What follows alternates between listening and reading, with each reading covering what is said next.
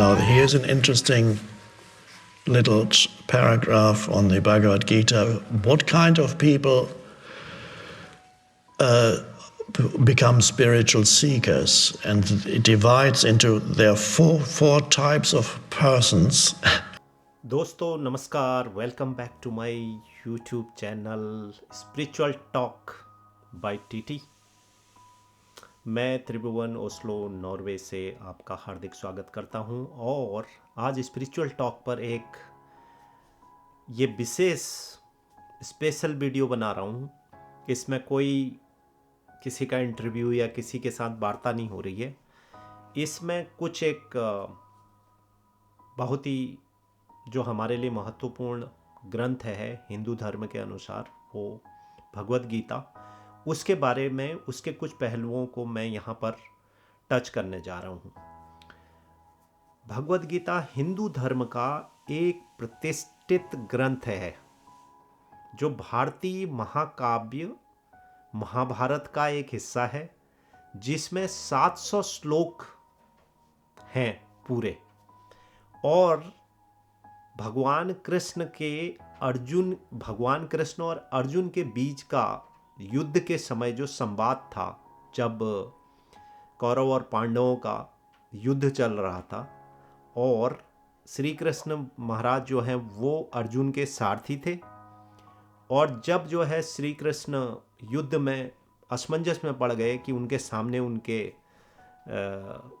जो बंधु थे, भाई लोग थे, पूरा परिवार था, कुनबा था कौरवों का, उनके सामने कैसे लड़ें। तो वो जब दुविधा में थे तो ये कृष्ण और अर्जुन के बीच का संवाद ही बन गया भगवद गीता, जिसमें 700 श्लोक हैं। और उन्होंने इन 700 श्लोकों के माध्यम से व्यक्ति के, इंसान की जो जीवन शैली है, उसके जो इमोशनल इंटेलिजेंस हैं, उसके जीवन के विभिन्न पहलुओं को हैंडल करने के जो तरीके हैं, वो सब इस ग्रंथ में समाहित हैं। और ये ग्रंथ वाइडली एक्सेप्टेंस है, वाइडली वर्ल्ड वाइड एक्सेप्टेंस है इसकी, और सबसे ज़्यादा फॉलोअर हैं गीता के। और विभिन्न विभिन्न पंथों में, संप्रदायों में वो लोग रहते हुए भी इस ग्रंथ के शिक्षाओं का अनुसरण करते हैं, उनकी गाइडलाइंस को फॉलो करते हैं। तो Bhagavad Gita is an ancient Hindu scripture, has garnered wide spread acceptance and reverence world wide as a profound spiritual guide embraced by seekers from diverse culture and background. Its timeless wisdom provides invaluable insights and guidance for those walking the path of spirituality, seeking self-realizations, and aspiring to live a righteous and purposeful life. Its universal teachings resonate with the core value of love, duty, and devotions, transcending geographical boundaries and touching the heart and mind of millions who seeks profound truth and deeper understanding of life purpose. आपको मैं दुनिया के एक बहुत ही famous spiritual leader हैं Eckhart Tolle, उनके बारे में थोड़ा सा बताता हूँ। Eckhart Tolle is well known spiritual teacher, author, and speaker, best known for his teaching on mindfulness, presence, and power of living in the present moment. He was born on February 16, 1948 in Leunen, a small town in Germany. So he belongs to Germany, worldly famous spiritual leader. So Tully's teaching are influenced by various spiritual traditions, including Hinduism, as well as his own direct experiences. He emphasizes the importance of living in present moment, often referred to as the power of now, and he encourages individuals to break free from the burden of past regret and future anxieties. In 1997, Eckhart Tolle published his first book, very famous book, The Power of Now, a guide to spiritual enlightenment, which gained widespread acclaim and become a best reseller book in this segment, spiritual segment. The book presents his teaching on mindfulness and presence, offering practical guidance on how to let go of negative thoughts, pattern and find inner peace. Eckhart टोले हिंदू धर्म की खासकर भगवद गीता से बहुत प्रभावित हैं। उनकी guiding और उनकी स्पिरिचुअल टीचिंग में भगवद गीता को रेफर करते हैं।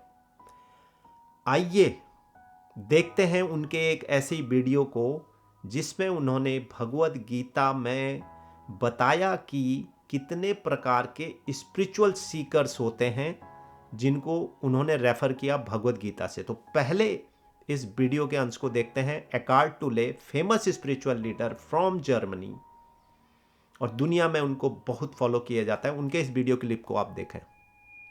Now here's an interesting little paragraph on the Bhagavad Gita. What kind of people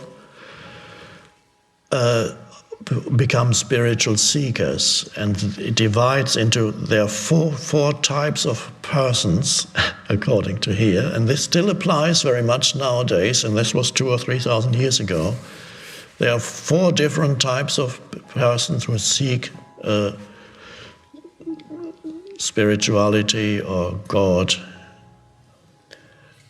So Krishna talks again as the personification of the One. Four types of people seek a connection with me. One, the world weary, people who worship God for the alleviation of physical or mental agony, or to be released from fears and adversity. There's many people, of course, who come to a spiritual teacher or teaching or a spiritual book, come for that reason, and it is a good reason to want to be free of suffering. And of course, the whole Buddha's teaching is about freedom from suffering, so that's one type. Two, are the seekers of happiness. They are seeking happiness through worldly things. People who pray to God to obtain wealth, family, power, prestige, and so forth. So maybe those are people also who do go into manifesting things through positive thinking and affirmations, but connecting with a somewhat deeper level, yes, in a limited way still, yes. So they're seeking spirituality because they want something in this world. It still applies. Not that much has changed, apparently. And then there are the seekers of, this number 3 now, the third group, are the seekers of spiritual advancement. People whose motive for connecting with the divinity is to gain knowledge and experience to aid their self-realization.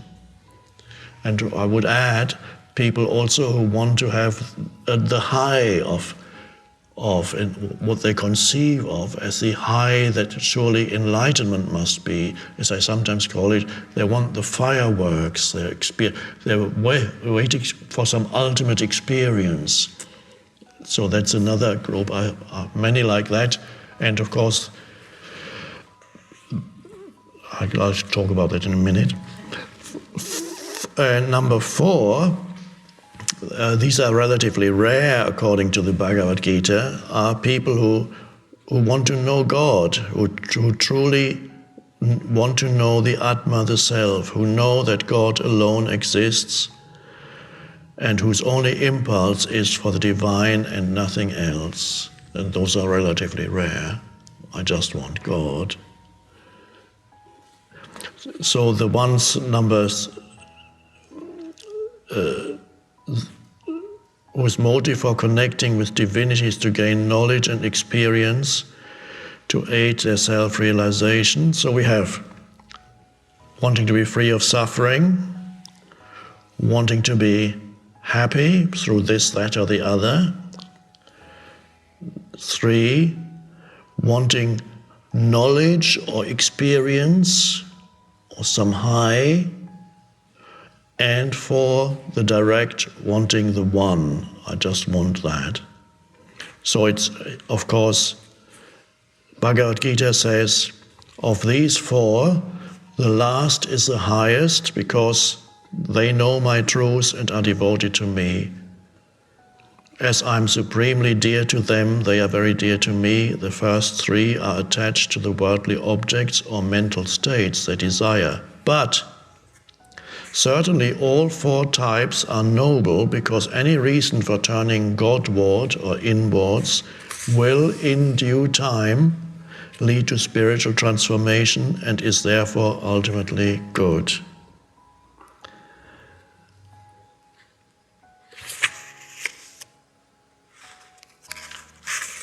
So my comment on this is it is true that the ones who just want God are rare, and that's fine, it's not needed. Wanting to be free of suffering is more helpful. Those who want to be free of suffering or adversity, who've had enough suffering, that is a very powerful motivation for seeking spiritual awakening.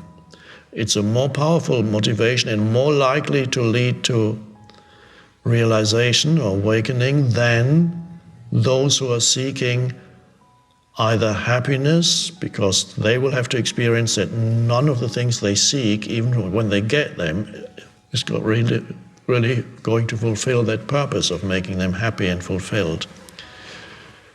And then they begin to suffer, and so they join group 1. So first you're in that group for quite a while, and then when you realize, okay, my manifestation is great, it works, but still it's not quite right because nothing fulfills me. Then you go back to group 1, you're suffering. And if you're seeking, now many spiritual seekers seek some kind of enlightenment experience or awakening, and sometimes they write in and say, I've been trying so hard for so many years and it's not happening yet. I want to be free, I want to be enlightened, or whatever they call it. And they are expecting some kind of experience, or they believe that if they acquire enough knowledge about it, finally it's going to work. And so they become very knowledgeable. They can quote all kinds of scriptures. It's all there. And they know more and more about it, and more. And for those people, it's quite hard. In fact, unless they join another group, they're not going to make it. But they will have to join another group, which again is group number 1, suffering. Because if you try to get enlightened, and then you get so frustrated, it's not happening, so you join the suffering group, and then you're much more likely to find it. So I'm really very fond of group 1, suffering. as long as you're not identified with yourself as the suffering entity. When that becomes your identity, then you have another problem. But nothing that cannot be addressed and recognized in yourself. तो जैसा कि आपने इस video में देखा, तो उन्होंने क्या बताया?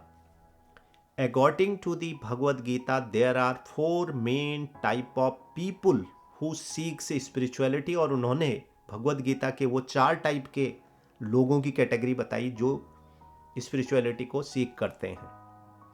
तो ये बताने का मेरे को आपको रीज़न ये था कि भगवद गीता जो है पूरे वर्ल्ड में जो इतने बड़े बड़े स्पिरिचुअल लीडर हैं, जो मॉडर्न स्पिरिचुअल लीडर हैं, अगर आप एकार्ट टोले के देखोगे, उनकी पावर ऑफ नाउ की बुक को देखोगे, जो प्रेजेंट में जीने की आपको सलाह देते हैं, उस पर एम्फेसाइज करते हैं, उसको प्रैक्टिकलिटी से बताते हैं, वो भी भगवद गीता के प्रिंसिपल को फॉलो करते हैं और अपने गाइडिंग में बताते हैं। अब ये जानना ज़रूरी है, वीडियो के अंत में मैं ये बताना भी जरूरी समझूंगा कि भगवद गीता मानव जीवन में कई कारणों से महत्वपूर्ण है। लोग दुनिया में इनको फॉलो करते हैं without any barrier of religion and geographies. इसीलिए आप देखोगे एस्कॉन जो संस्था है, जो भगवद गीता के ज्ञान का प्रसार पूरे दुनिया में करती है, श्री प्रभुपाद जी ने जो भगवद गीता का प्रसार पूरे दुनिया में फैलाया, उसके जो फॉलोअर हैं वो पूरे दुनिया के कोने कोने में हैं। आप मेरे स्पिरिचुअल टॉक के चैनल पर देखोगे, मैं कृष्ण भक्तों के साथ बात करता हूं, तो उनकी वो भी देखिए गीता से ही प्रभावित होते हैं। तो इसीलिए गीता बहुत महत्वपूर्ण है। भगवद गीता मानव जीवन में कई कारणों से महत्वपूर्ण है, उन पर थोड़ा सा जाते जाते मैं टच करूंगा। सबसे पहला, जो स्पिरिचुअल गाइडिंग, आध्यात्मिक मार्गदर्शन जो आपको भगवद गीता देता, तो इसमें व्यक्तियों को गहरा आध्यात्मिक मार्गदर्शन प्राप्त होता है अगर आप पूरे गीता को फॉलो करते हैं, पढ़ते हैं, जो जीवन में उसके पथ और अर्थ और उद्देश्य की खोज में आपका सार्थक साबित होता है। इसके उपदेश व्यक्ति को अस्तित्व, स्वयं वेदना और आध्यात्मिक उद्धार के रास्ते में प्रेरित करता है। स्पिरिचुअलिटी के पाथ को बढ़ने के लिए आपको प्रेरित करता है। दूसरा सबसे इंपॉर्टेंट है मॉरल एंड एथिकल वैल्यूज, जो हर एक इंसान के जीवन में जरूरी है। तो गीता आपको जो है धार्मिकता, कर्तव्य और नैतिक आचरण के महत्व को बताता है। इससे व्यक्ति को नैतिक सिद्धांतों से के मार्गदर्शन और निस्वार्थ आचरण के लिए भगवद गीता प्रेरित करता है, इसलिए लोग फॉलो करते हैं। तीसरा महत्वपूर्ण कारण वो है डिसीजन मेकिंग में आपको हेल्प करता है, निर्णय लेने में। जब आप जीवन में ऐसे कुछ डिसीजन में फंस जाते हैं जहां आपको रास्ता नजर नहीं आता है, तो भगवद गीता आपको वो निर्णय लेने में व्यवहारिक ज्ञान प्रदान करती है। व्यवहारिक मतलब प्रैक्टिकलिटी ऑफ लाइफ। वो आपको उद्देश्यों को, उनके उपदेश व्यक्ति को स्पष्टता और सात्विकता से चुनौतियों का सामना करने में मदद करता है, तो डिसीजन मेकिंग के लिए। अगला चौथा, चुनौतियों का सामना करने में लिए, जब आप जो है coping with your challenges, what you face in your life, in your day to day life, तो गीता व्यक्तियों को चुनौतियों और जो जीवन में विपदाएं आते हैं, संकट आते हैं, उनसे निपटने के लिए भी सशक्त बनाती है। इसके उपदेश सहनशीलता, श्रद्धा और उद्दीपनता के से जीवन को चलाने के लिए प्रेरित करती है। पांचवा कारण यूनिवर्सल रेलिवेंस, वैश्विक महत्व। अब वैश्विक महत्व है, जैसा मैंने आपको थोड़ा सा टच भी किया, कि गीता के जो धार्मिक उपदेश हैं और सांस्कृतिक सीमाओं को पार करते हैं, जिसमें यह विश्वव्यापी मानवता के लिए उपयुक्त और लागू होती है, हर एक व्यक्ति के लिए, हर एक धर्म के व्यक्ति के लिए। सो इसके जो महान उपदेश सांसारिक मूल्यों के साथ जुड़े हुए हैं और जो जीवन के अधिकतर पहलुओं में प्रासंगिक है। तो इसीलिए इसकी जो रेलेवेंस है वो ग्लोबली रेलेवेंस है और इसके फॉलो पूरे दुनिया में आपको देखने को मिलेंगे, जैसा मैंने आपको एस्कॉन का एक उदाहरण दिया। इसके अलावा छठा, आंतरिक शांति और संतुलन, इनर पीस एंड बैलेंस।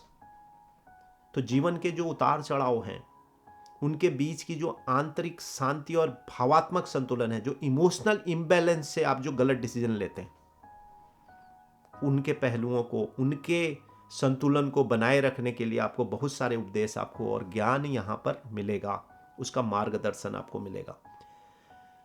सातवां बड़ा कारण वो है सेल्फ रियलाइजेशन, जिसको हम कहते हैं आत्म साक्षात्कार। अब आत्म साक्षात्कार मतलब क्या? कि गीता स्वविचार और स्वजागृति को प्रोत्साहित करता है, जिससे व्यक्ति अपने वास्तविक स्वभाव को गहराइयों से समझता है और उसके अकॉर्डिंगली अपने व्यवहार को करेक्ट करता है, ठीक करता है। तो यही तो इंसान की एनालॉजी है। आप अपना बिहेवियर समझें, अपना नेचर समझें, उसमें कुछ कमियां हैं उनको दूर करें, और आपके जीवन का जो उद्देश्य है, overall fulfilment of your life, उसको समझें। इसका ज्ञान भगवद गीता देता है। आठवां, most important, one of the most important कहूं या नहीं कहूं, but one of the important, which is liberation from suffering, दुखों से मुक्ति। अभी क्या जीवन में उतार चढ़ाव, कभी सुख कभी दुख, ये सब आपके जीवन में आते रहते हैं। तो गीता के उपदेश के अनुसार कर्मों के फल से अलग होकर और समर्पण भाव से जीवन जीने से दुख के चक्र से मुक्ति मिलती है। और इसके जैसे बहुत प्रैक्टिकलिटी के उदाहरण और ज्ञान आपको मिलेगा। तो जीवन में जो आपके कभी जो है दुख आएंगे, उनसे लड़ने की शक्ति आपको भगवद गीता से मिलेगी। तो ये कुछ खास 8 कारण मैंने आपको बताए, जिसकी वजह से भगवद गीता वर्ल्ड वाइड उसकी एक्सेप्टेंस है, उसको लोग फॉलो करते हैं। इसका कोई रिलीजन, कोई धर्म से कुछ नहीं है। ये आपकी एक अच्छे जीवन शैली को जीने की कला जो है भगवद गीता है।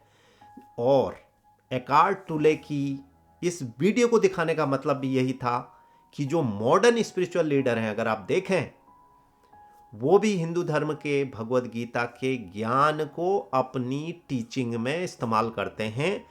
ये बताने के लिए ही मैंने ये वीडियो बनाया। तो उम्मीद करता हूं कि आपको ये वीडियो बहुत पसंद आएगा। और जो लोग मेरे चैनल पर नए हैं, कृपया चैनल को सब्सक्राइब करें।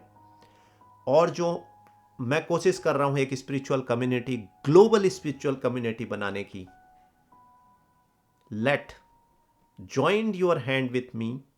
Let's make a beautiful world with enlightenment of spirituality across, जो आज की जरूरत है। कृपया चैनल को सब्सक्राइब करें, जुड़ें, वीडियो में कमेंट दें और अपने विचार भी रखें, और मैं उनको जरूर किसी न किसी वीडियो में इंक्लूड करूंगा। चलिए, तब तक अपना ध्यान रखें, ख्याल रखें, स्वस्थ रहें, मस्त रहें, और सबसे इंपॉर्टेंट है पीस बनाए रखें लाइफ में, और हैप्पी रहें। नमस्कार।